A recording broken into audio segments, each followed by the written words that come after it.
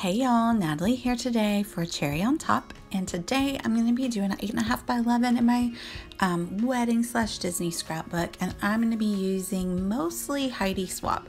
I'm going to use some Honey and Spice and some of the new Art Walk.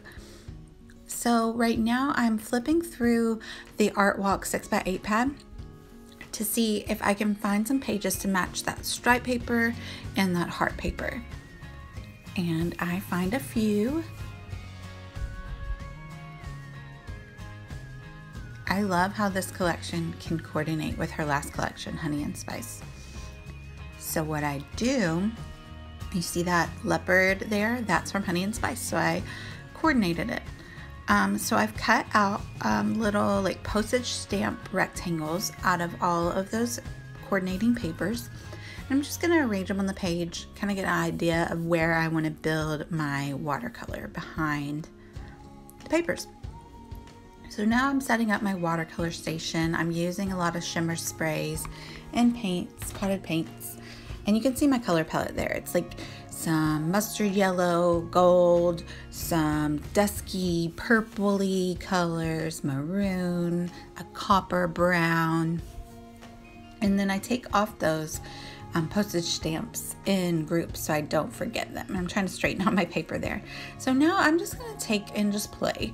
I'm going to build different little swatches of color on the background, just that's going to peek through those pattern paper squares. So anybody can do this. I mean, really and truly, I'm just like playing around, making little weird organic shapes of color. There is no rhyme or reason to it.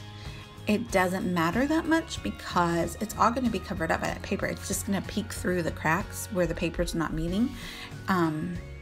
So there's no pressure. Really, anyone can do this. I am not an artist. I'm not a painter.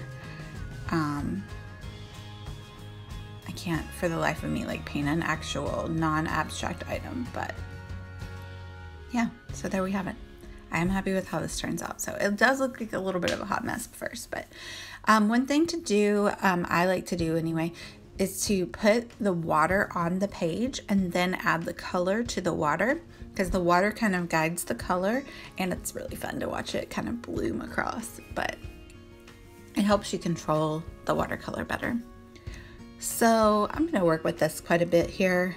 I'm going to dab up a lot because there's so much gesso on the page. I wasn't sure where I wanted to do my color, so I just did it all over gesso. It is very warpy. I know that drives some people really crazy. I will say that I did lay like a heavy book on top of it after I was done, and it completely flattened out. Also, when you put it in a page protector, it'll flatten out as well. So yeah, still working on this color, building little patches of it. I'm trying not to like let them go into one another too badly until they're mostly dry, because I don't want like just a big ugly brown mess.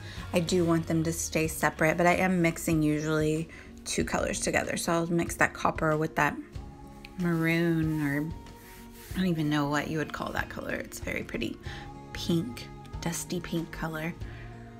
Yeah, so just jabbing up the pools of color that are settling in those crevices. And I decide we need more pink. And I made a giant mess all over my little pots of color, but that's okay. So I dry some off, and that does make my paper curl, but again, we can fix that. And then I do some splatters. Lots of little splatters is what we're going for here. A really delicate page. It's a picture of my husband and I at the wedding, at the wedding reception actually, and you know, it's just like a love page. So now I'm adding back on the pattern paper. Excuse me. And you'll see I decide that I need another swatch of color sticking out up there at the top. So I'll move it over and add in another copper mix of color up there. And then I'm glad that I ended up kind of like staggering those stamp images,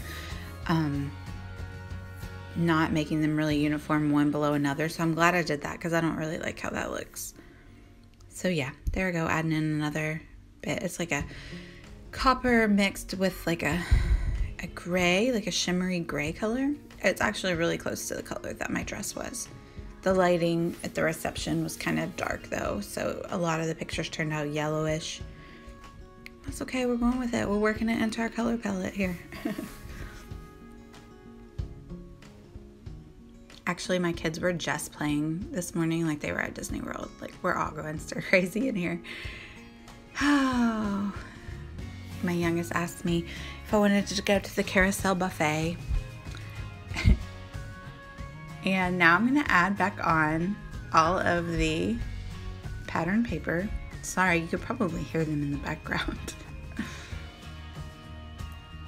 There we go. Make the paper stay down a little bit. Oh, I'm inking up the edges with a rose gold ink pad. So that kind of helps with the distress look, but it also brings in the rose gold that is in the title that I plan to use. I also have, you can kind of see off to the left, I had those Heidi Swapp rose gold flakes, but I just couldn't figure out a way to add them right now, and I kind of was like lazy. So there, magically stuck them all down. Obviously that one that's hanging off, I'll trim off.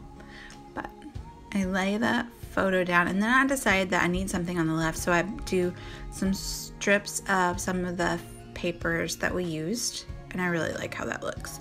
I roughed them up and I inked them up with the same rose gold ink to distress on. I really love that stripe paper. I'm wearing it out.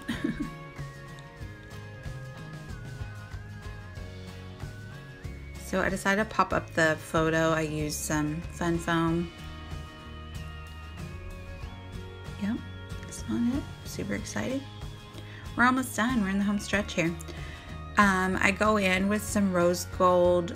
My title is rose gold, and then I'm gonna use the Art Walk sticker sheet, and then I'm like, oh wait, the Honey and Spice sticker sheet literally has rose gold all over it, and it has that perfect little stamp sticker at the top, so I'm for sure gonna use that.